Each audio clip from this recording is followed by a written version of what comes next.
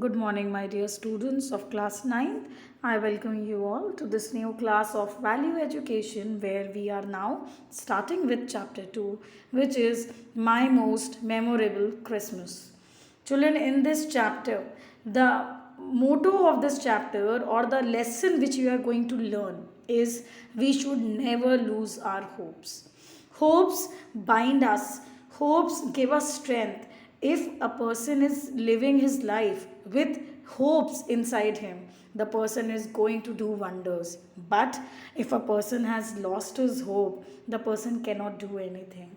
So let us see what this story has to tell us about. The fall of 1998, our daughter Carol. Fall means the season of autumn before winter, when November initially fall starts. Age 13, was thrown from a motorcycle on which she had been a passenger. She sailed 8-9 feet through the air and landed in a ditch. Here, these lines means that the author's daughter Carol, who was 13 years, was hit by a motorcycle and she fell far apart, that is 8-9 feet far. All right. Then my wife and I were on a mission in Korea when we got the news that the doctors were in process of amputating her left leg. So the doctors, the condition got serious and the doctors were working to lift her leg. Our flight home took 22 hours, I suppose. I did more crying on that flight than I ever have in my entire life. So, like when parents come to know about some mishappening which has happened to their children, parents cannot control that emotion.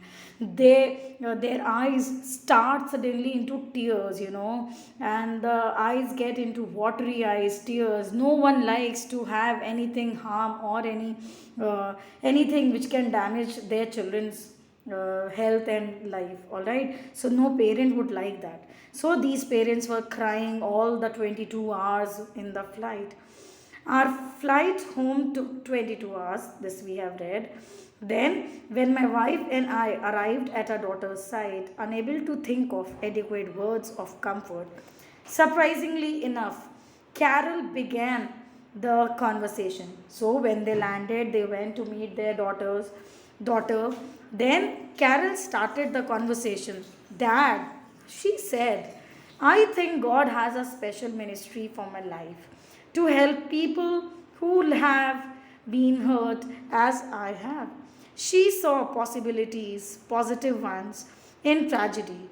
The daughter was very brave, children. She saw positive points in that accident. She said that God has sent me with a mission to help people who experience such kind of accidents. But we were just beginning what would prove to be a long, exhausting battle. Carol's femur had broken in 4 places and plunged through the thigh bone into the ditch of an lower farm next to a slaughterhouse. There it picked up a form of bacteria that had previously been resistant to any antibiotics. So when she got hit by that motorcycle, or when Carol met that accident, her leg was broken in from 4 points. And when it happened, we all tell our children, that don't go to areas where it is very muddy, areas where water logging is there, areas where lot of mosquitoes or flies sit. Similarly, these slaughterhouses also contains lot of germs, because when fresh meat is going to be cut, the blood shed everywhere attracts lot of worms, insects, and all such things. Therefore, from that area, because it was near to a slaughterhouse, she got some bacterias which were not working over antibiotics, because antibiotics were not able to remove them. Okay. In November, Carol went back to the hospital for surgery that would hopefully release muscles in her knee and might make her leg more usable. The doctor was delighted when he opened her thigh and knee and discovered no pus pockets. but the hidden bacteria, which until that time had remained dormant, erupted like a prairie fire when exposed to open air.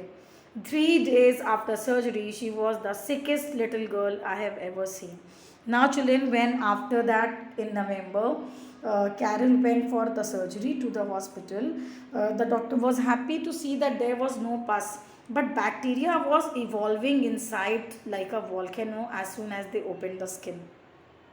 Each passing day, the bacteria multiplied with increasing impatience. Carol's fever soared to 104 degrees. The fever was increasing every single day, and bacteria was multiplying. We all can relate bacteria with our present time COVID 19. You see, this virus is multiplying day by day. Similarly, this bacteria was also multiplying in her bodies. Right, children? Then day by day, night after night, her leg continued to swell and the infection raged out of control. Raged out of control here means the infection was increasing at a very high rate. About that time, we were blessed with a minor miracle with no knowledge of my daughter's need. The Federal Drug Administration released for the first time an antibiotic that was declared significantly effective against the specific strain of bacteria that Carol was contracted while laying into those lower ditch. She was the first human being in the Children's Hospital, California, to receive it. So, luckily, these parents got the introduction of a new medicine from administration, drug administration is the supervising body which deals about medicines and the drugs which help people survive. So, in a matter of hours after the first dosage, her temperature went down. Each successive culture reading showed fever and fewer bacteria. Finally, about 3 weeks before Christmas, a culture came back. Culture is a testing, children. Culture report came back that showed no bacteria growth. And initially, these parents were lucky that this new medicine treated their doctor very well. And after 3 weeks, the bacteria was completely negligible. Lying in her hospital bed with the intravenous tube still in her hands, Carol asked the visiting doctor, who was standing in for her own surgeon, when would she be released. Will I be home for Christmas, doctor? She asked. The doctor said, I don't know. Will I be able to get my new prosthesis? She asked. Well, the doctor cautioned.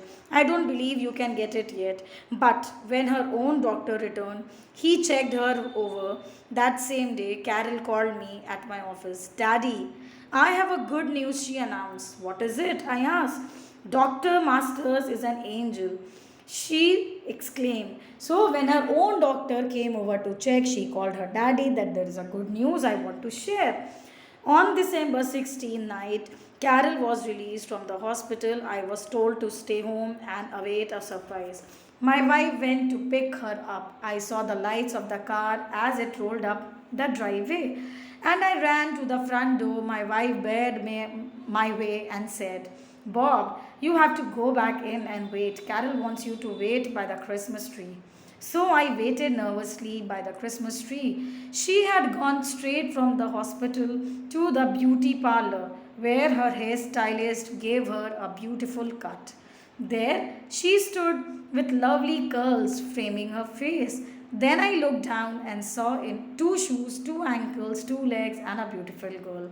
Children, when we all go for a special moment, for a special occasion, we try to look at our best. So, Carol wanted to surprise her daddy with a pleasant appearance.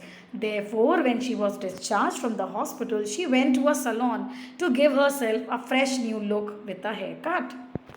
And when daddy started seeing her, he saw two legs very nicely, no injury, nothing, and a beautiful girl, which they are talking about his daughter. She had come home and because of it made that Christmas my most memorable. You should never lose hope. God gives you only that much of pain as much as you can bear. It is when things seem most difficult, you should not give up because things might change the very next minute. Children, one should always have strongest hope and faith in God.